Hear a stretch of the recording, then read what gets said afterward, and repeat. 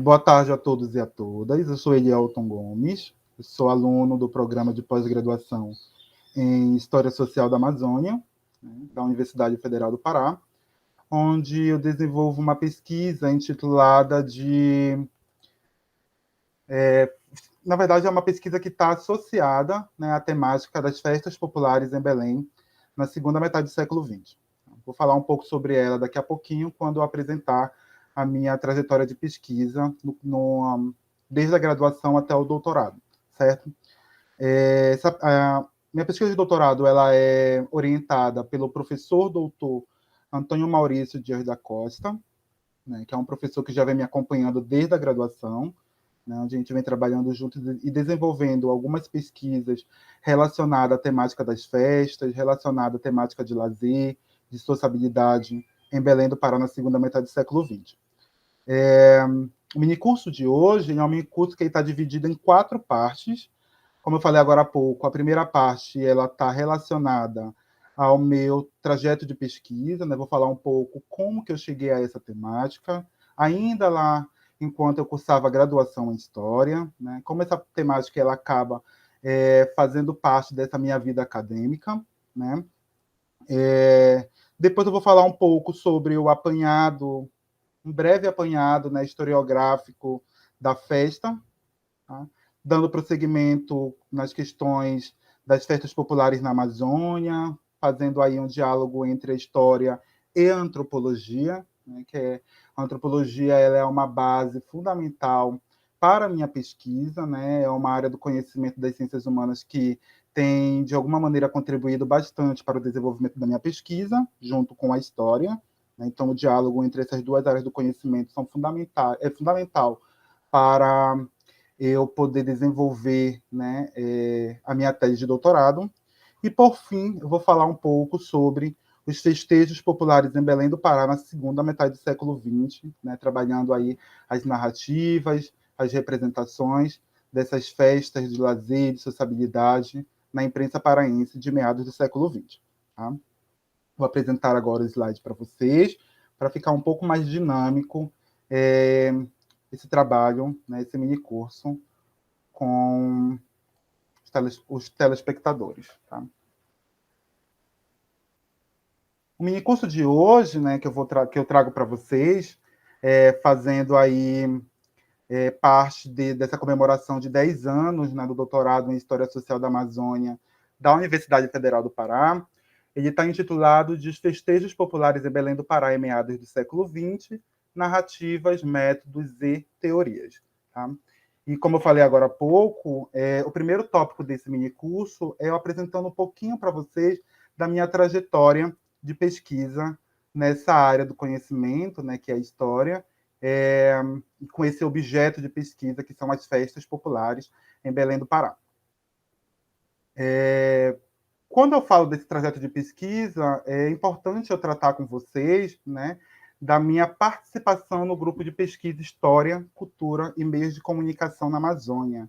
O Maurício era recém-contratado da universidade, né, tinha passado no concurso, se eu não estou enganado, final de 2008, início de 2009, né, e aí ele foi meu professor, uma disciplina que era da disciplina História Antiga, e aí foi quando eu tive primeiro contato com o professor Maurício Costa, né? E aí, conversando com ele, ele falou que ele estava pensando em montar aí um grupo de pesquisa associada a essa temática, né, de cultura, de meios de comunicação na Amazônia, que era uma pesquisa que ele já vinha desenvolvendo há um tempo já, né? Fruto da tese de doutorado dele em antropologia na Universidade de São Paulo, na USP. E aí, diante dessa conversa com o professor Maurício, né, eu mostrei o meu interesse em participar desse grupo de pesquisa. Então, meu primeiro contato com essa temática foi enquanto aluno da graduação em História, em 2009, né, e participando do grupo de pesquisa História, Cultura e Meios de Comunicação na Amazônia, coordenado pelo professor Maurício Costa.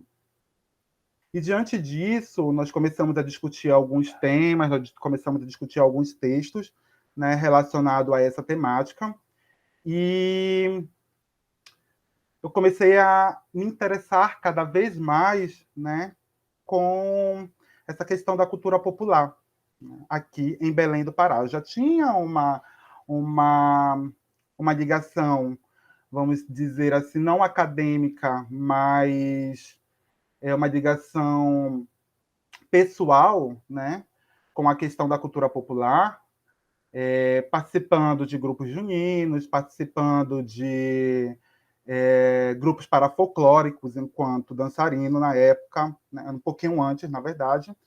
E aí eu tive esse contato, né, a partir dessa perspectiva historiográfica, com essa temática, que fez com que eu me apaixonasse ainda mais, né, pelo tema.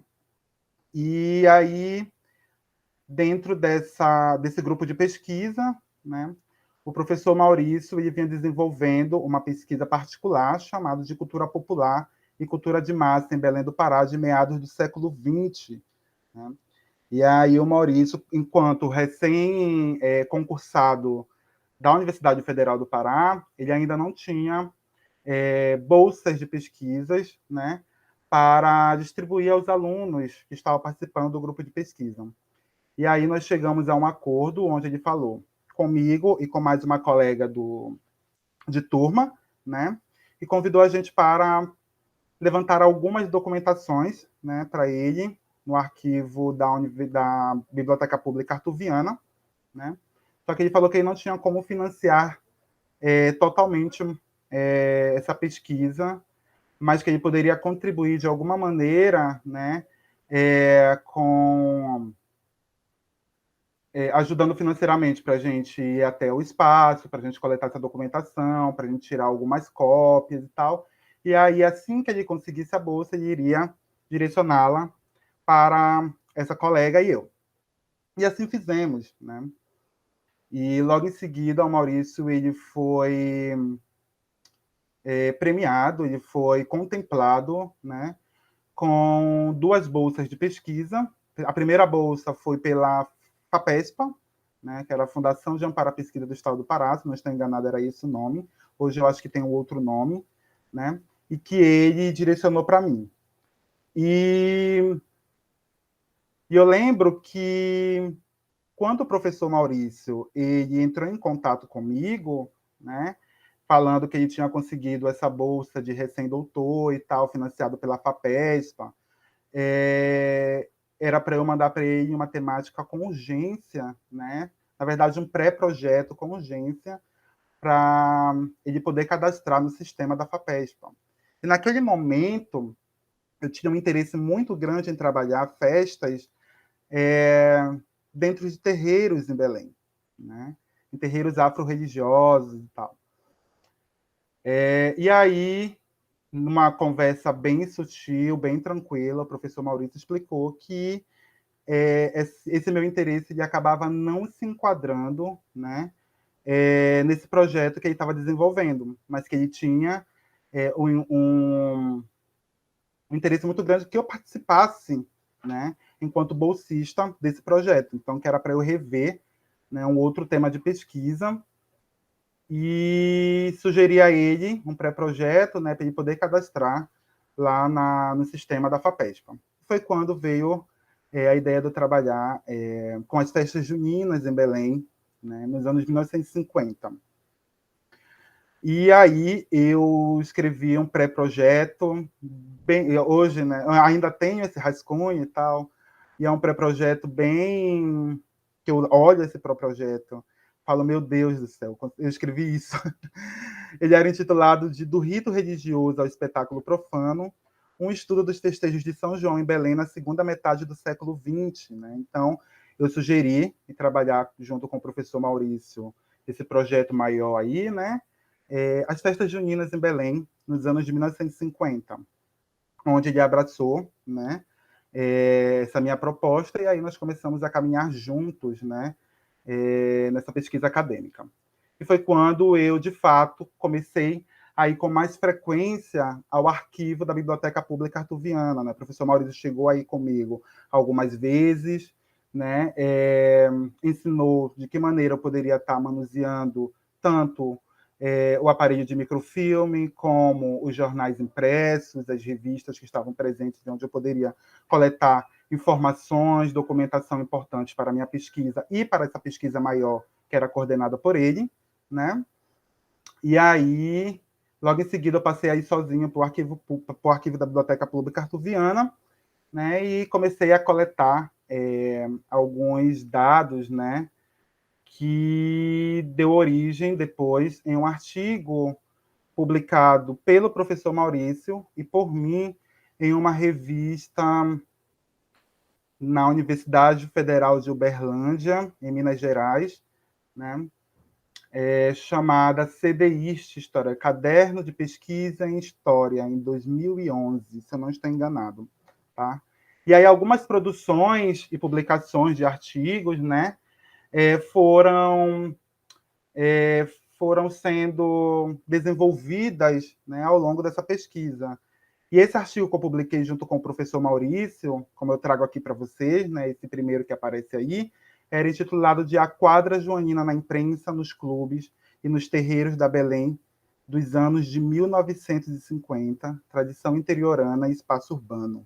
Está publicado em entre janeiro e julho de 2011, né, volume 24, número 1, lá do Caderno de Pesquisa em História da Universidade Federal de Uberlândia.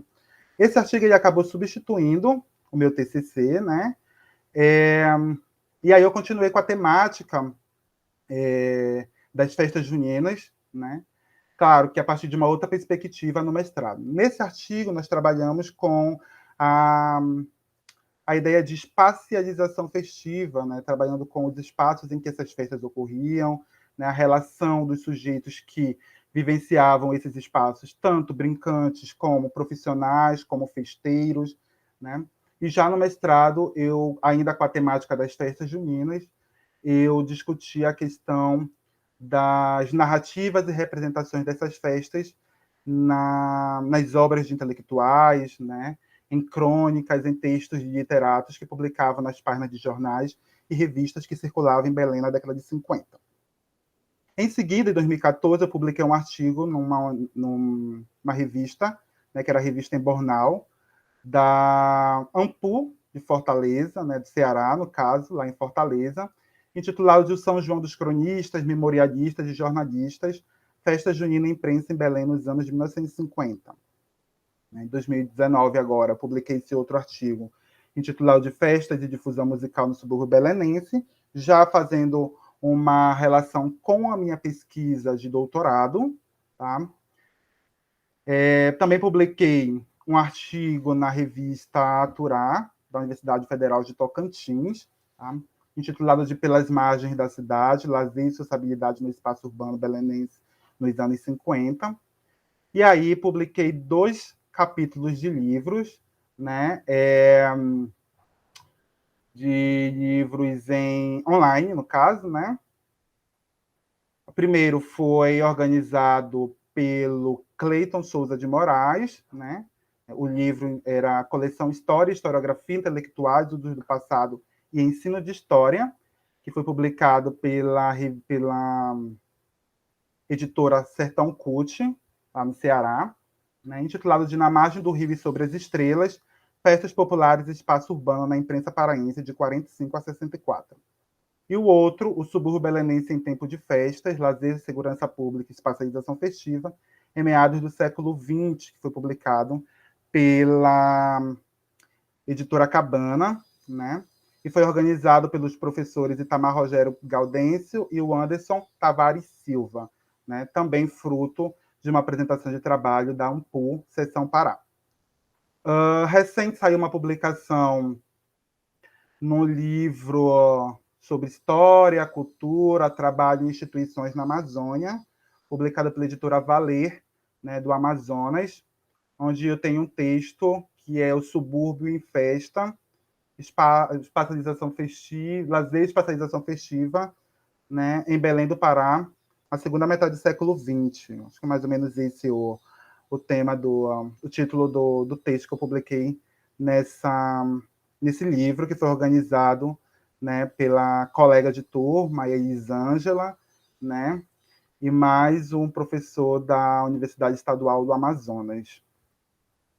E aí, né, o meu mestrado foi também em História Social da Amazônia, na linha Trabalho, Cultura e Etnicidade, onde eu apresentei uma dissertação intitulada de Adeus Maio, Salve Junho, narrativas e representações dos festejos juninos em Belém do Pará, nos anos de 1950. Logo em seguida, eu entrei no doutorado, também em História Social da Amazônia, já na linha de pesquisa em Arte, Cultura, Religião e Linguagens, né, com um projeto intitulado Festas no Subúrbio, Imagens, Narrativas e Representações das Celebrações Festivas em 3 bairros periféricos de Belém do Pará, nos anos de 1950. Esse tema ele já passou por várias modificações. Nós acabamos, de alguma maneira, expandindo esse recorte temporário, nós acabamos mudando um pouco alguns conceitos trabalhados, né, que eu estou, na verdade, trabalhando durante a elaboração da tese. Então, é algo que ainda não está totalmente fechado. Mas esse aí foi o título do projeto que eu submeti, né, durante a seleção do doutorado em História Social da Amazônia, lá em 2018. Tá? E aí, falando um pouco sobre, né, esse breve apanhado na historiografia da festa, né, como é que a festa ela acaba ganhando um destaque na historiografia, como é que os historiadores eles começam a se debruçar acerca dessa temática, né? Então, essas discussões acerca das festas na historiografia, ela vai ter início ali por volta dos anos 60, dos anos 70, ou seja, ali no início da segunda metade do século XX, né? E é uma discussão que vai estar sempre sendo auxiliada por outras áreas do conhecimento, como, por exemplo, a linguística, a antropologia, a sociologia, que já vinha debatendo essas questões há um período mais longo, né, em relação à história.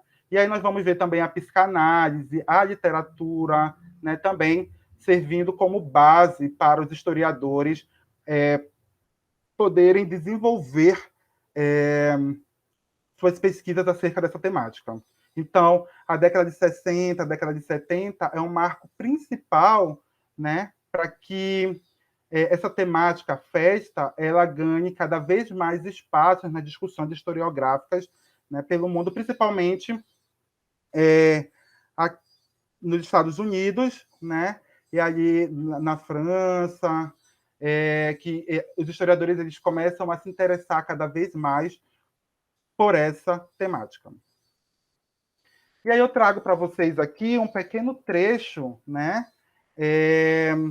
de um artigo da Maria Manuela Silva, que é A Historiografia Descobre a Festa, que foi publicado na Revista Eletrônica de História Antiga, ela de lá no volume 1, 2000. E ela diz o seguinte: se tentarmos elaborar uma breve genealogia do objeto festa, como nova expressão cultural que começa a estar na ordem do dia dos pesquisadores, certamente que teremos de localizá-la nas grandes transformações ocorridas nos anos 70, momento que corresponde a uma significativa mudança na sociedade de massas, geradora de uma nova indústria cultural que produz um mundo efêmero e descentralizado da tecnologia e do consumismo. Mundo também sustentado pela escolarização universal e pela expansão e domínio da mídia, manifestações que surgem às margens dos antigos modelos eruditos e letrados dominantes nas sociedades tradicionais. São, portanto, tempos em que se impõe um estilo de cultura que obscurece as fronteiras outrolas bem demarcadas entre a cultura letrada e a cultura popular, da mesma forma que se apagam as diferenças entre a arte e as experiências cotidianas. Então, essa década de 70 aí, né, final da década de 60, início da década de 70, ou seja, ali o início da segunda metade do século XX, onde nós vamos começar a perceber essas significativas mudanças que a sociedade passa a vivenciar, principalmente a partir do momento em que novos meios de comunicação são introduzidos, né, à vida de sujeitos que, de alguma maneira, acompanham essas mudanças culturais, essas mudanças sociais, né, associadas, claro, a esse processo, a essa questão da indústria cultural que o mundo vivencia mais fortemente, né, e nós vamos perceber que, nesse momento, diante desse consumismo, diante dessa tecnologia, né, aqueles antigos modelos demarcados, né, pelas pesquisas relacionadas à cultura, né? Aqui é a cultura popular, e aqui termina a cultura popular, aqui inicia a cultura erudita, e aqui termina a cultura erudita, eles vão começar a se tornar cada vez mais maleáveis, vamos dizer assim, né? A gente vai começar a perceber que esses modelos eles vão passar a ser modelos totalmente ultrapassados. Por quê? Porque acaba se obscurecendo as fronteiras entre esses espaços, entre esses mundos culturais, né? Entre esse mundo da cultura letrada e da cultura popular, chegando ao momento da gente não conseguir identificar onde termina um e onde se inicia outro, percebendo esse entrelaçamento, né? Percebendo essa bricolagem entre esses dois mundos, né? Percebendo também o apagamento das diferenças entre o mundo da arte e as experiências cotidianas colocadas em práticas, né, em diversos espaços por diversos tipos de sujeitos. Então aí a gente percebe que esse eixo determinante, né, nesse momento aí da década de 60 e 70, foi justamente entender e descobrir de que maneira essas fronteiras até então bastante demarcadas entre a cultura de elite e a cultura popular, né, elas passam a ser fronteiras cada vez mais fácil de ser penetrada, né? Da mesma forma que a gente começa a perceber o apagamento das diferenças entre a arte e as experiências de vida, as experiências cotidianas colocadas em práticas em um determinado espaço, em um determinado tempo.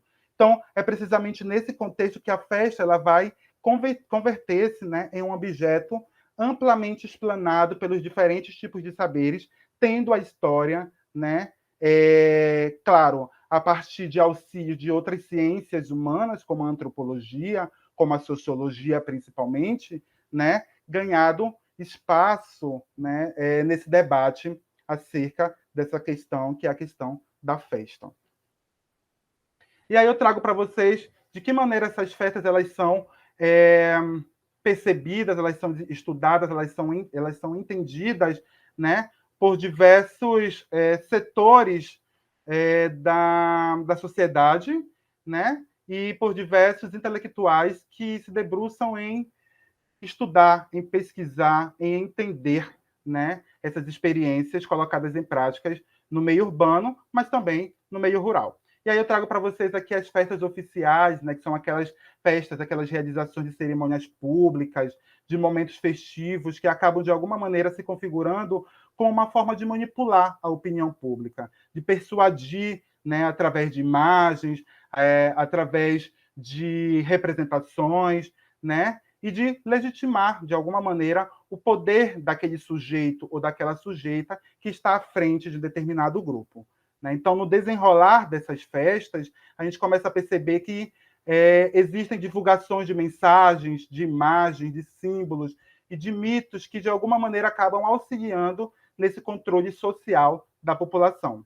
Então, nesse sentido, a linguagem festiva, né, dentro dessas festas oficiais, é, sobretudo, uma linguagem imagética, ou seja, aquela imagem que vai explicar o alto poder de persuasão, de busca de consentimento, de apoio ao poder, garantindo, de alguma maneira, uma impressão de unidade fundamental para que ocorra, né, de acordo com que aquele sujeito que está à frente daquele determinado grupo, né, espera, né, uma manutenção de quem está no comando, né, mostrar, dar visibilidade àquela pessoa que está à frente daquele grupo, daquela sociedade.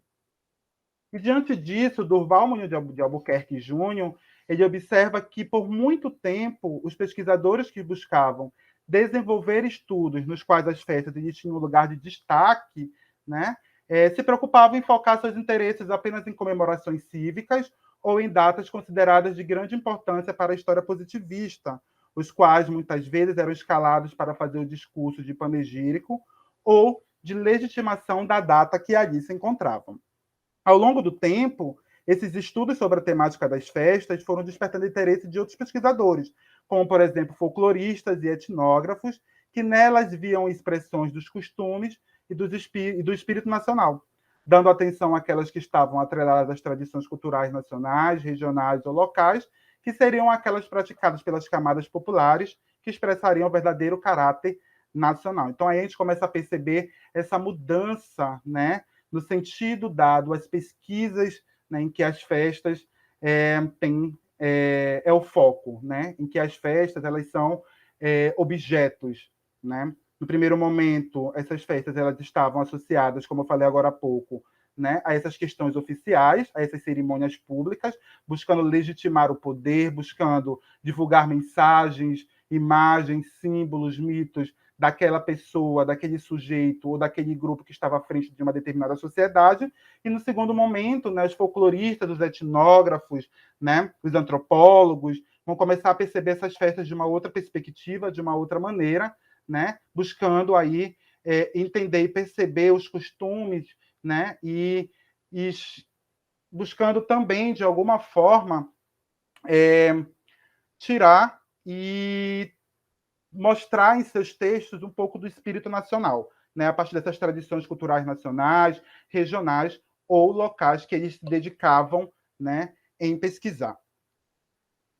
E aí eu trago para vocês aqui um outro ponto, né, que são as festas populares, né, que essas festas populares, desculpa, né, ela é uma descoberta do lugar da subversão, né, da transgressão, da normatização disciplinadora do poder, ou seja, o desvio das normas. É quando o povo, né, diante de pesquisa desenvolvida por vários aí, intelectuais, tanto da história como de outras áreas do conhecimento, mostram que era um momento em que, né, o povo ele deixava de viver a sua realidade, né, de fato, e passava a vivenciar aquele momento de uma outra maneira, principalmente, né, se desviando das normas impostas diariamente a eles, né, tanto no seu local de trabalho, como no espaço no qual eles viviam, no qual eles moravam ou transitavam.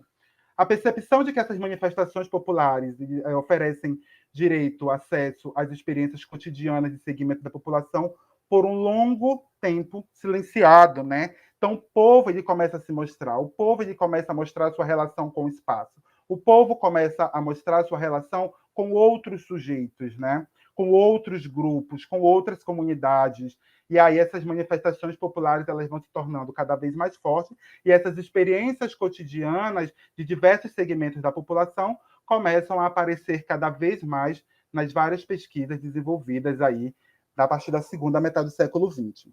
Essas festas populares elas acabam, de alguma maneira, oferecendo pressupostos para a gente entender, para a gente compreender, né, os afrouxamentos dos rigores de uma sociedade que era uma sociedade estruturada e, consequentemente, né, infundir nesse sistema, ainda que de maneira temporária, os valores inerentes a uma comunidade igualitária, né? E dentro dessas festas populares, a gente consegue perceber rituais de transgressão que podem, nesse momento, ser entendidos como uma válvula de escape para as tensões e conflitos existentes em todos os grupos, em todas as sociedades. Já para os defensores do capitalismo, né, essas festas de cunho popular, elas são uma quebra da disciplina no trabalho, um convite ao ócio, à vadiagem, e diante disso, a existência de um calendário anual repleto de festividade acaba, de alguma maneira, constituindo uma preocupação, principalmente para aquele que está lucrando diante da mão de obra. Pois essas festas, essas festividades, essas experiências festivas, né, que na concepção deles era um convite ao ócio, à vadiagem, facilitava, né, com que esses sujeitos ingerissem bebidas alcoólicas e praticassem a libertinagem, aspectos que enfraqueciam os corpos e a mente dos trabalhadores, desqualificando esses sujeitos para as rotinas de trabalho. Para Mikhail Bakhtin, as festas elas podem ser observadas como uma forma de liberação, de destruição, de emancipação, de renovação de um mundo que se transforma em utopia, né? Mikhail Bakhtin, que vai falar sobre Rabelais, né? Que vai ser bastante citado na obra do Peter Burke, Cultura Popular na Idade Moderna e no Renascimento, né? Ele vai dizer que quando muitos desses rituais de transgressão podem ser entendidos como uma válvula de escape para as tensões e conflitos existentes em todas as sociedades, a gente não deve perceber essa válvula de escape exatamente como uma forma de subversão social, mas como uma maneira no qual esses sujeitos eles buscavam se desvencilhar, mesmo que momentaneamente, né, é, da realidade que eles vivenciavam, né, no seu mundo de trabalho ou no seu mundo social, cultural também, né? E aí eu trago também a concepção de Michel Vauvel, né, em relação às festas, onde ele diz que essas festas elas constituem um momento especial a partir do qual se pode captar, né, as paixões, as experiências, as expectativas que estão escritas nas práticas sociais cotidianas, mas essas festas elas são igualmente um tempo de confraternização, de comunhão, em que os homens eles aspiram de alguma maneira e vivem também de alguma maneira um sentimento partilhado de utopia e de igualdade. Emmanuel Leroy Ladourier ele vai dizer que o tema da festa pode provocar instigantes questionamentos, né, por ser um espaço que se pode perceber tensões e conflitos no qual a população está submetida. Então, a gente percebe que Emmanuel Leroy Ladourier ele acaba contribuindo com que os outros pesquisadores, como Mikhail Bakhtin e Michel Vauvel, eles vêm apresentando, né? Por exemplo, Michel Vauvel ele fala das experiências, das expectativas, Mikhail Bakhtin fala dessa transgressão, desse ritual de transgressão, dessa válvula de escape. E aí, Emmanuel Ladourier vai falar o quê? Que a gente, além de trabalhar essas experiências, né, além de trabalhar esses rituais de transgressão, essa válvula de escape, a gente também deve perceber essas festas a partir das suas tensões, a partir dos conflitos estabelecidos dentro desses espaços. Né? Tem conflitos esses que não estão associados apenas aos brincantes, mas também associados aos festeiros, aos organizadores, aos profissionais que trabalham nesses espaços. Né? Vou mostrar para vocês lá na frente, quando eu trabalhar Belém, né? A questão da prostituição, a questão dos vendedores ambulantes, né? Das badernas, de como o barulho da festa incomodava os moradores que buscavam descansar para dar prosseguimento à sua vida laboral no dia seguinte. Então, todas essas questões podem ser aproveitadas, podem ser questionadas, podem ser interrogadas e pesquisadas durante, né, na verdade, quando se aborda a temática da festa. Marta Abreu, que vai escrever a sua tese de doutorado e defendê-la em 96, intitulada Império do Divino, Festas Religiosas e Cultura Popular no Rio de Janeiro, de 1830 a 1900, ela vai dar uma atenção especial às manifestações populares. Ela vai dizer que a festa ela é vista como lugar privilegiado para a gente entender a existência e os múltiplos significados que delas se desprendem, né? Significados esses que estão associados tanto às práticas sociais e culturais, né, mas também associadas às práticas religiosas. Certo que esse balanço aí que eu fiz, né, esse breve apanhado acerca da historiografia da festa, né, deu conta de apenas uma parte ínfima da realidade da historiografia, né? Eu acredito que através desse breve peregrinar aí, né, eu tenha conseguido despertar o interesse pelo tema que nos ajuda a melhor compreender o outro nessa complexa, múltipla e instigante aventura construída pela cultura popular.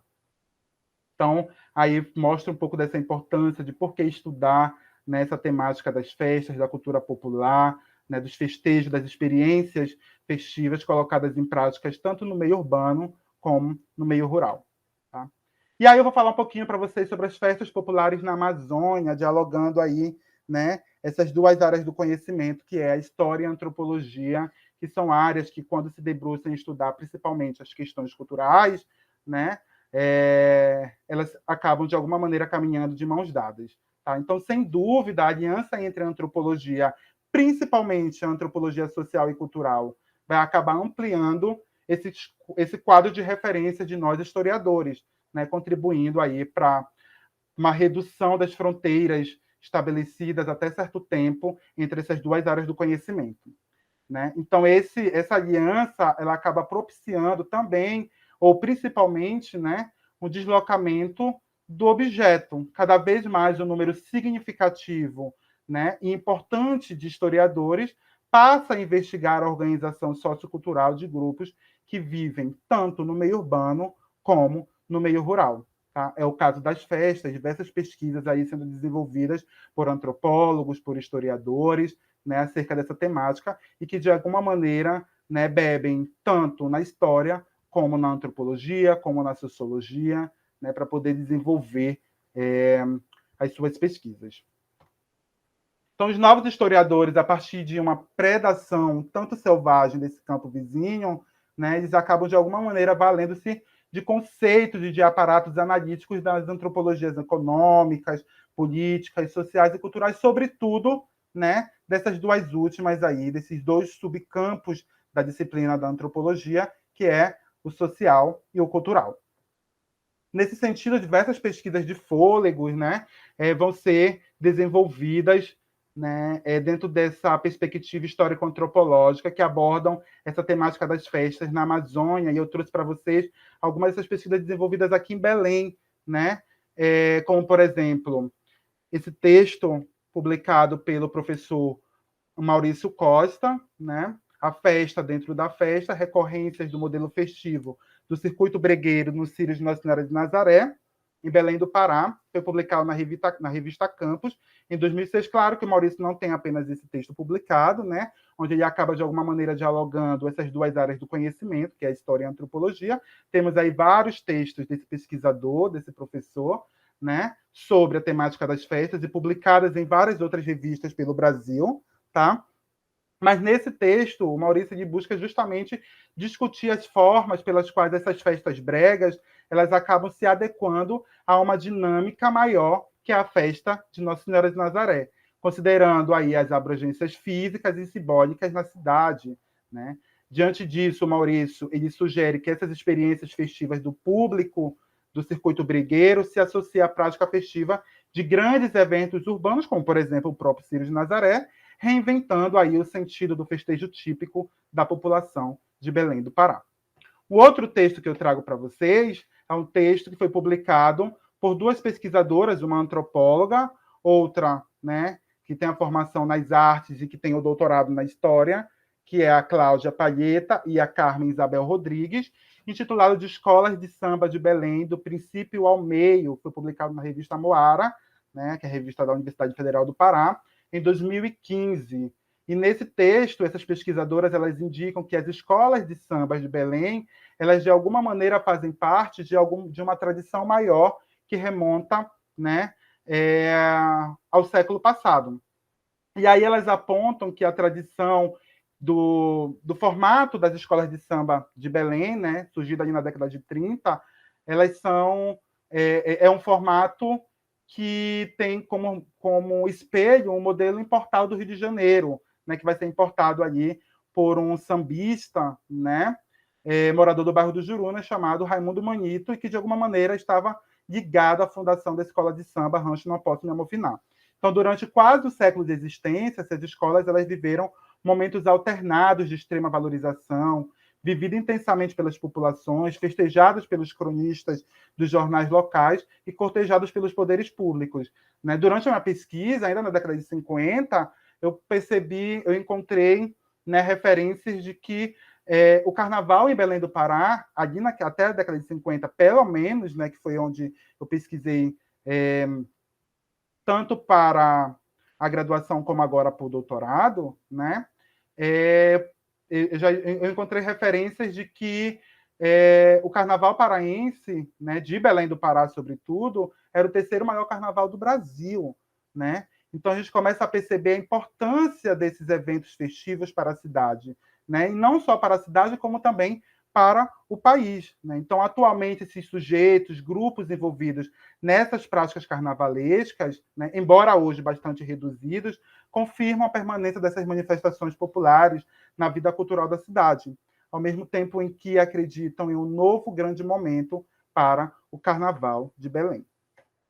O outro texto que eu trago para vocês foi a dissertação de mestrado, né, do professor doutor José Dias Júnior, intitulado de Cultura Popular no Guamá, um estudo sobre o boi-bumbá e outras práticas culturais em um bairro de periferia de Belém, né, que foi defendida pela Universidade Federal do Pará em 2009, né, e nessa dissertação de mestrado, o José Dias Júnior ele acaba trabalhando justamente a questão da cultura popular existente no bairro do Guamá, em Belém do Pará, né? Partindo aí da ideia de que algumas expressões culturais colocadas em práticas nesse bairro acabavam fortalecendo as relações de identidade entre os ditos tanto produtores culturais e os espaços de vivência, né? E aí ele vai abordar a questão do boi, ele vai abordar a questão das práticas religiosas de matriz africana, principalmente em uma das vias, né, em uma das ruas mais conhecidas do bairro, que é a Passagem Pedreirinha, onde se encontra o terreiro de Mina Dois Irmãos, né, que de alguma maneira também estava associado com essas práticas culturais colocadas, executadas, né, nesse espaço periférico suburbano de Belém, né? E aí o José Dias Júnior ele acaba de alguma maneira fazendo essa discussão, né, tratando dessas questões da cultura popular no bairro do Guamá, né, transitando por diversas vias, né, que cortam esses bairros, na segunda metade do século XX. E aí também trago, né, a obra tese de doutorado, que virou livro também da Carmen Isabel Rodrigues, antropóloga, professora da Faculdade de Antropologia e do Programa de Pós-Graduação em Ciências Sociais da Universidade Federal do Pará, né, intitulado De Vem do Bairro dos Jurunas, Sociabilidade e Construção de Identidade entre Ribeirinhos em Belém, Pará. Tá? Essa tese que foi defendida pelo Programa de Pós-Graduação em Antropologia da Universidade Federal de Pernambuco, no Recife, em 2006.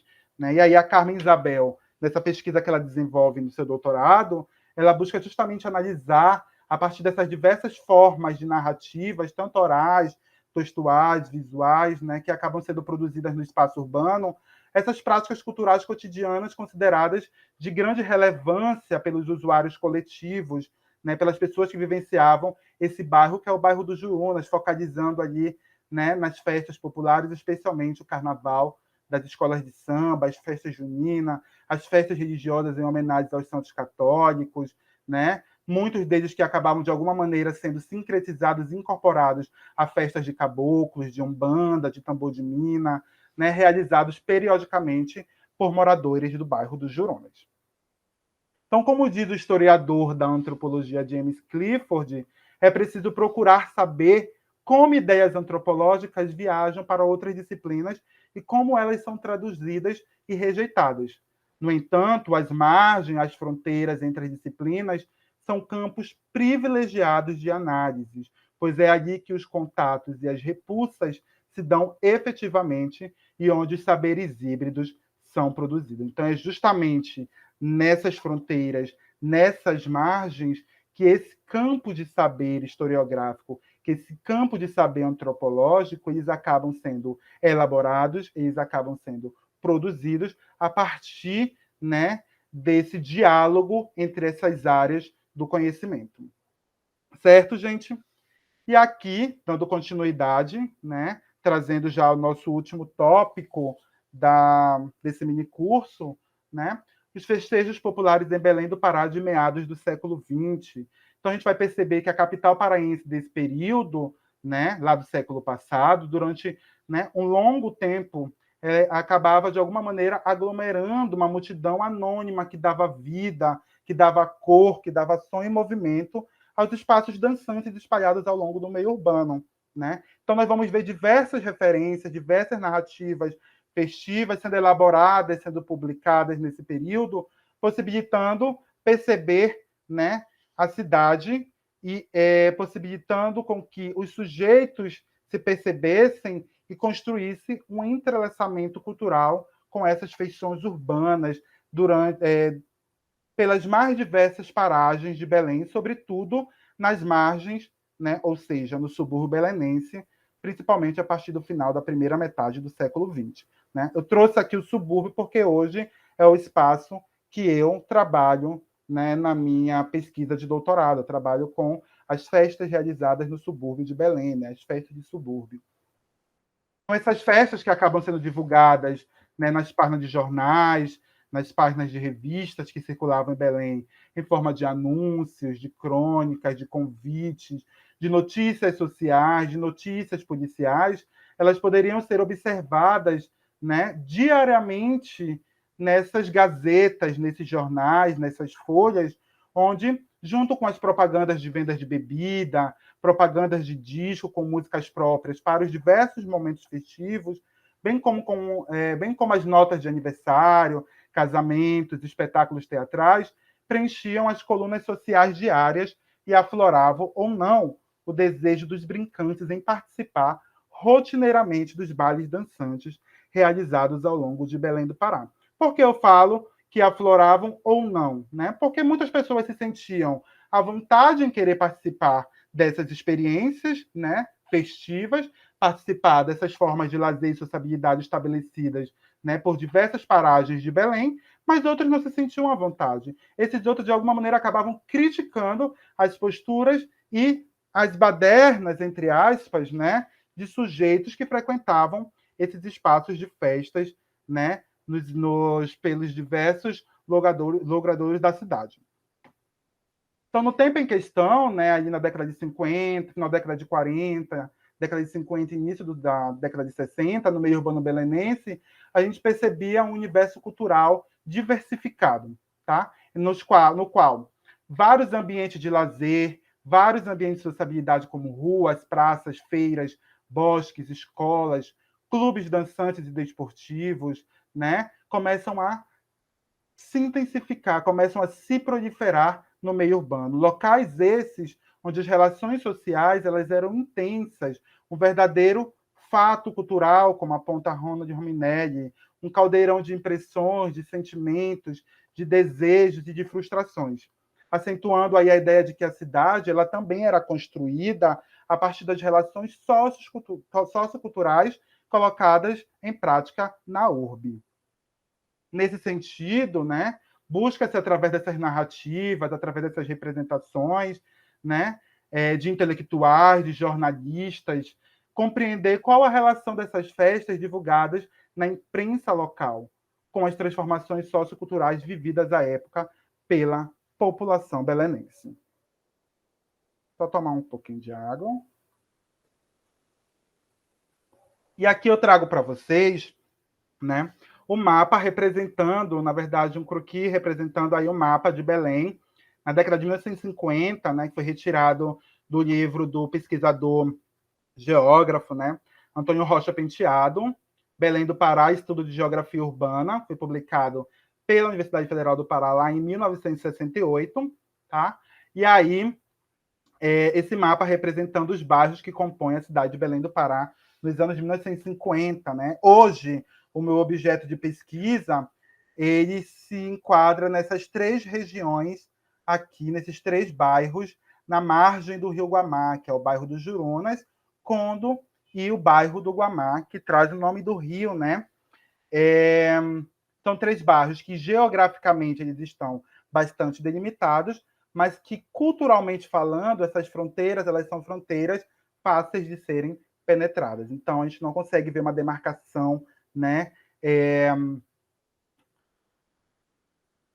correta, né, uma demarcação própria para dizer, olha, aqui até aqui as práticas festivas do Guamá, até aqui da Conda, até aqui dos Jurunas. Por quê? Porque esses sujeitos eles acabavam transitando diariamente, né, ou numa noite ou numa tarde por esses três espaços aí,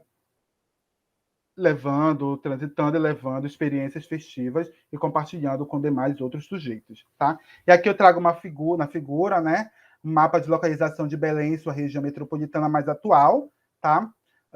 Do IBGE de 2007, e aqui nessa região que eu estou passando o mouse para vocês, encontram esses três espaços que eu desenvolvo minha pesquisa atualmente no doutorado, certo? Outro lado aqui, as ilhas, né? A Ilha do Cumbu, a Ilha das Onças, do Maracujá, e aqui a região metropolitana de Belém, tá? Mas por que estudar a segunda metade do século XX? Né? Justamente pelo fato que, nesse momento, nós vamos, primeiro, perceber um processo de proliferação dos ambientes recreativos da cidade. Então, clubes desportivos, sedes, gafieiras, bares e outros espaços de festas e de lazer vão começar a surgir nesse meio urbano, principalmente nessa área suburbana, né? Gerando aí uma nova dinâmica na prática de costumes, na prática de consumo. Além disso, nós vamos perceber também uma intensificação no processo de urbanização dessa área suburbana de Belém, tá? Finalzinho da década de 40, início da década de 50, vai se intensificar esse processo de urbanização. Muitos sujeitos que vivem no campo passam a migrar para a cidade para trabalhar justamente nessa urbanização dessa área suburbana e acabam se fixando, né, nas proximidades desses bairros suburbanos ou nesses próprios bairros suburbanos, né? Então aí a gente vai ver um intenso fluxo migratório do campo para a cidade. Esses sujeitos trazem consigo seus costumes, imbricam esses costumes que eles trazem do campo com os costumes daqueles que viviam no meio urbano. Além disso, uma proliferação de grupos de jazz orquestra, de conjuntos de pau e corda, de sonoros que estavam ali para animar essas festas, tanto festas realizadas no centro da cidade, em bairros nobres, como a imprensa apresentava no período, ou nos bairros suburbanos, tá? Presenças marcantes de ritmos caribenhos nesses espaços suburbanos, principalmente, veja bem, estou falando principalmente por quê? Porque era nesse espaço suburbano que esses ritmos, né, caribenhos, eles tinham uma força maior. Isso não quer dizer que esses ritmos não eram tocados nas festas realizadas no centro da cidade, eram tocados, só que com uma intensidade menor em relação àqueles espaços, né, localizados no subúrbio. Nós vamos ver também uma presença significativa dos anúncios de festas, dos conflitos, de lojas de disco, nas páginas de jornais e revistas que circulavam em Belém, enfatizando aí a ideia de que a população belenense, de alguma maneira, tinha uma relação prazerosa, né, com essas práticas festivas, né, realizadas tanto no centro como no subúrbio da capital paraense. Então, para a gente entender a cidade de Belém, bem como a relação dela com os aspectos socioculturais, foram necessário consultar e analisar algumas narrativas, algumas representações, né, presentes nos seguintes periódicos do período em questão. Periódicos esses que eu já venho consultando há um longo período, né, desde a graduação, no caso, né, que é o Liberal, a Província do Pará, Folha do Norte, Jornal A Vanguarda, o Estado do Pará e a Revista Amazônia da Planície para o Brasil, bem como alguns livros de memórias, né, que trazem essas questões culturais, né, recorrentes, e que eram divulgados aí entre grupos sociais que compõem a sociedade belenense ali da segunda metade do século XX. E aí eu trago para vocês aqui, né, uma notícia, né, uma nota intitulada de Véspera de Santo Antônio, Dia dos Namorados, publicado no Jornal Liberal de 1959, que diz o seguinte: hoje, 12 de junho, véspera de Santo Antônio, assinala o início da mais alegre e festiva quadra do ano, festejos juninos. A festa de São João no norte do Brasil, principalmente aqui na Amazônia, fala muito dos trópicos, dos nossos avós, do verde mato dessa imensa e inconfundível gleba, do nosso regionalismo e do nosso folclore. Sim, enquanto a petizada alegre estoura foguetinhos, solta bombinhas e busca-pés, os marmanjos pintam as faces, fazem bigodes e barbas de jocas, metem umas calças tigipo, isto é, curta demais, vestem umas camisas coloridas, colocam chapéus de palha e saem por aí saltitantes, atrás de moissolas transformadas em sinhazinhas de vestidos de chita ou florão, que abundam nas festas de terreiro que se realizam nas calçadas dos bairros suburbanos. Por outro lado, os bigus espairam o cansaço da estiva e do trabalho da picareta ou da colher de pedreiro, cantando quadras nas filas dos bumbás que ainda restam nesses subúrbios de Santa Maria de Belém. As donas de casa também não ficam paradas. Umas fervem ervas para os banhos aromáticos e outras fazem os mingaus de milho, branco, arroz ou fubá. As ruas à meia luz tornam-se festivas e mais claras. As chamadas crepitantes das fogueiras as iluminam numa autêntica festa de fogo e brasa. São João chegou.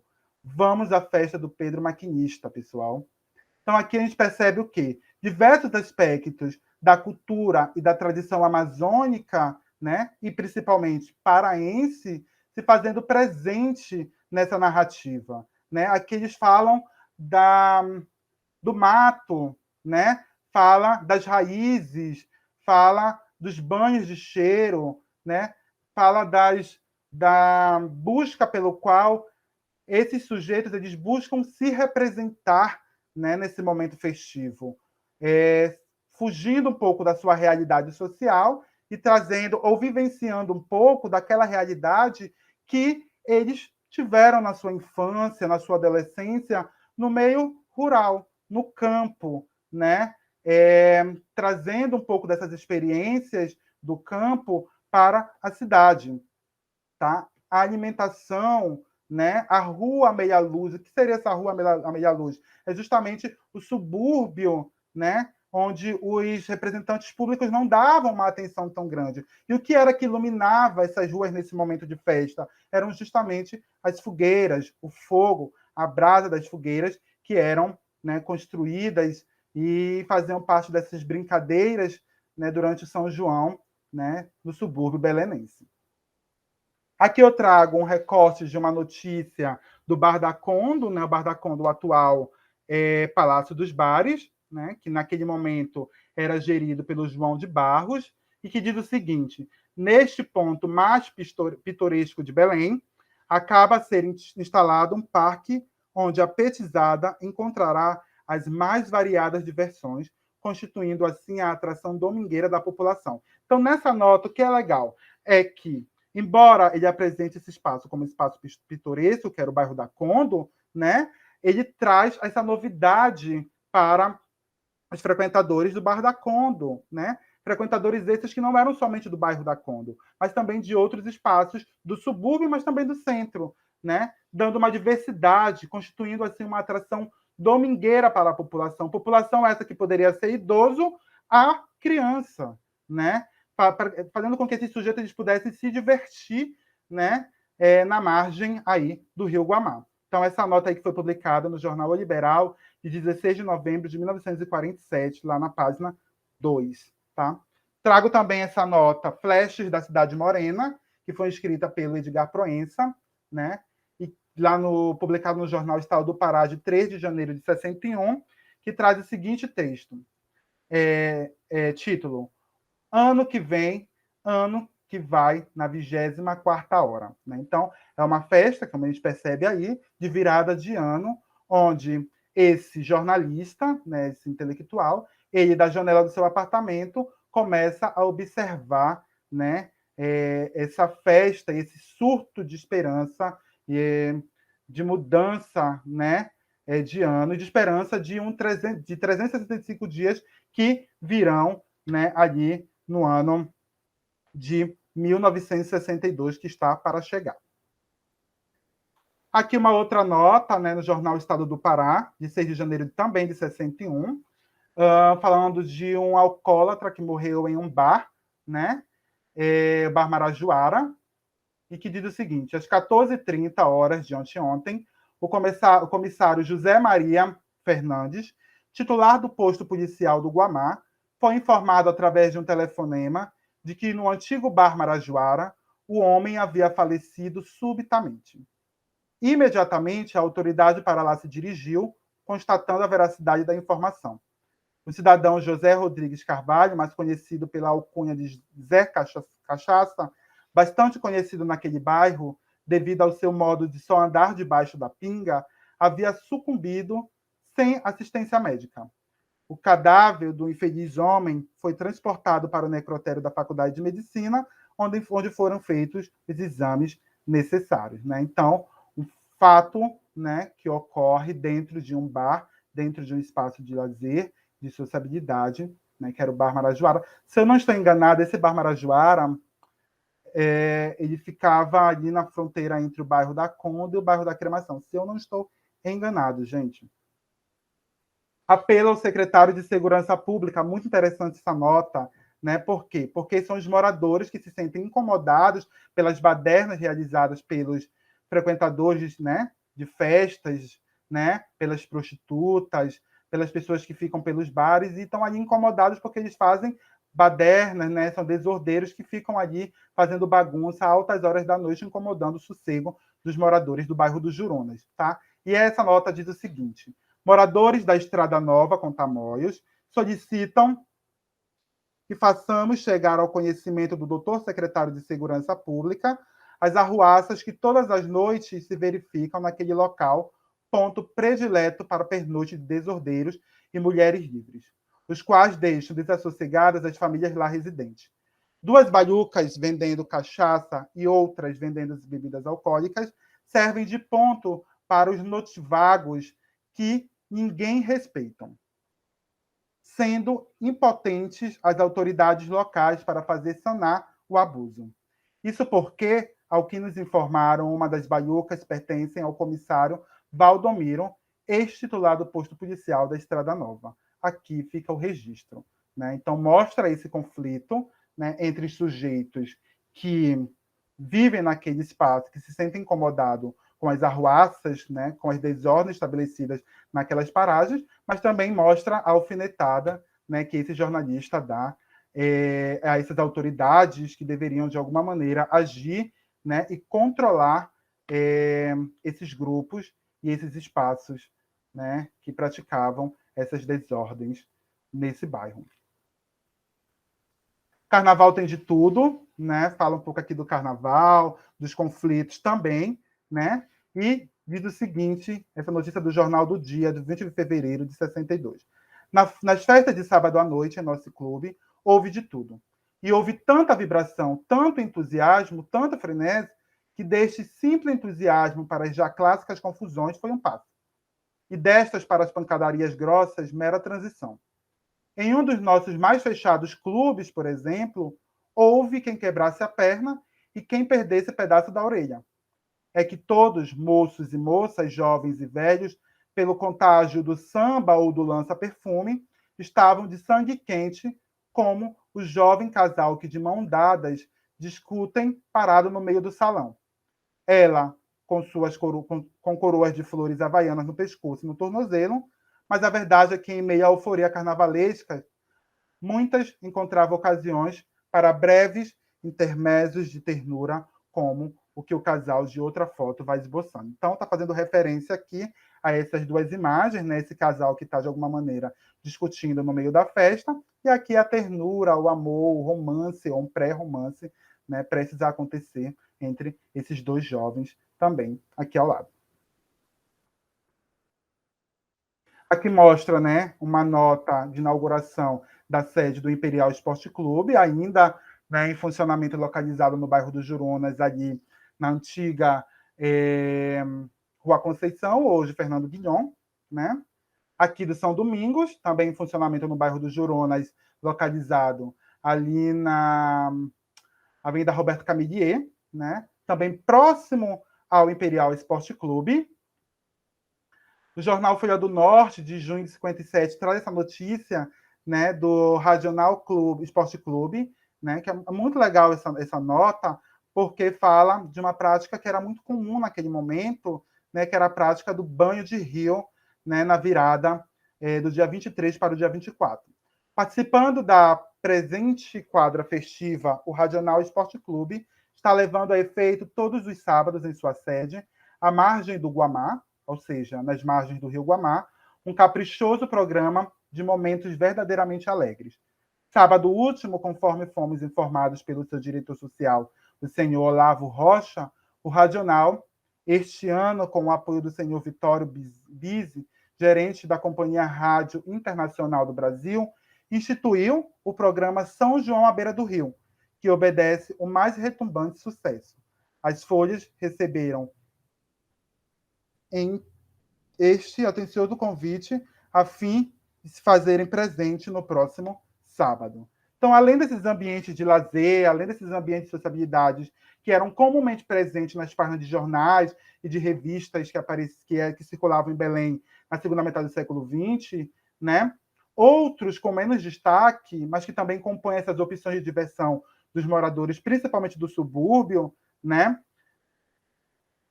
Em busca dos prazeres que esses espaços proporcionavam, né? Muitos desses clubes, casa de festas, bares e sedes, cujas suas localizações elas eram indicadas em notas de jornais, né, que circulavam em Belém no período em questão, elas seguem aqui listadas. Então, nós temos o Flutuante da Vitória, que estava localizado na Rua Conceição, número 1246 lá no Jurunas, o Imparcial Esporte Clube, na Rua Conceição, de número 600, também no Jurunas, Oratório Festivo do Jurunas, no bairro do Jurunas, só consegui a informação do bairro, não tive a informação de rua, passagem ou avenida, tá? Esporte Clube Guamá, localizado na Avenida José Bonifácio, no número 1014, no bairro do Guamá.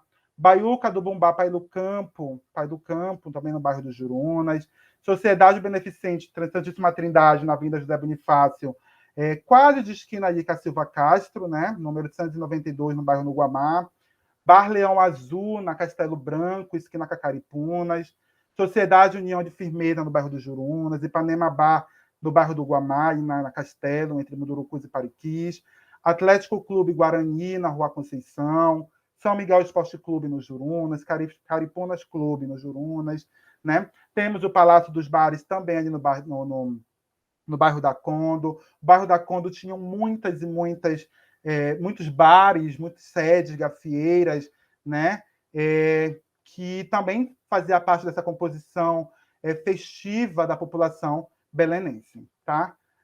As animações das festas, né? As festas elas eram realizadas nesses ambientes de sociabilidade, de lazer, e contavam com diversos tipos de atrações, de animações, como, por exemplo, grupos de pau e corda, grupo de jazz orquestras, grupo de bumbás, de cordões de pássaros, né? As famosas picapes ou os sonoros, que tocavam aí variados ritmos musicais, né? Animando as festas, tanto matinais como vespertinas ou soirées, né? Dançantes que, como eram apresentadas muitas das vezes nas páginas de jornais e das revistas que circulavam em Belém. Então, a gente consegue perceber aí que a dinâmica festiva e a dinâmica das animações dessas festas, elas eram, assim, amplas, né? Diversos grupos, diversos tipos de animações estavam ali compondo esse momento de lazer, de sociabilidade das pessoas que viviam na capital paraense. Tá? Esses bailes dançantes, assim como os espaços de festas,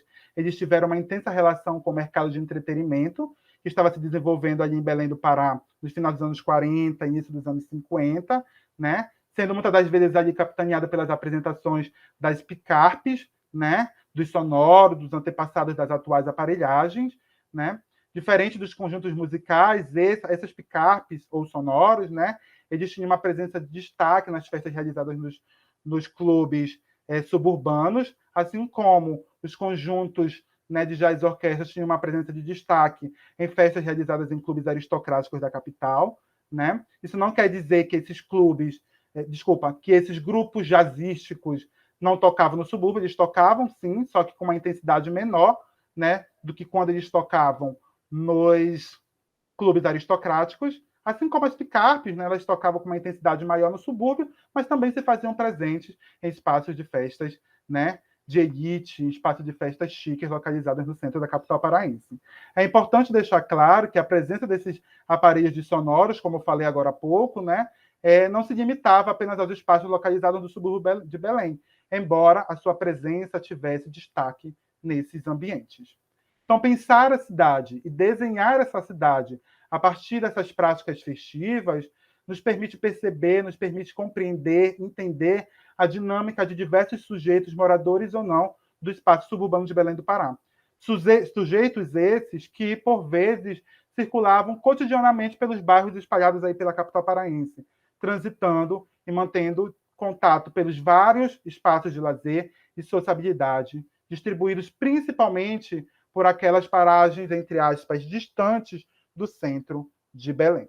Tá? Muito obrigado, gente. Era isso que eu queria passar um pouquinho para vocês aí, né, sobre a minha pesquisa, trazer um pouco, né, desse mini curso, sobre essas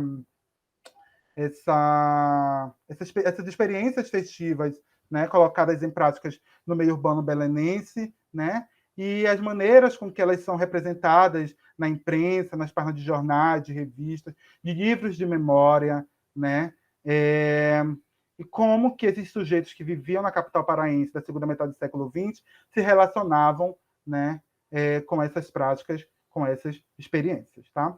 Era isso que eu queria trazer e conversar um pouquinho com vocês. Muito obrigado, gente, pela atenção, tá? Eu espero que tenha contribuído aí um pouco com a formação, né, de cada um e de cada uma de vocês. Muito obrigado.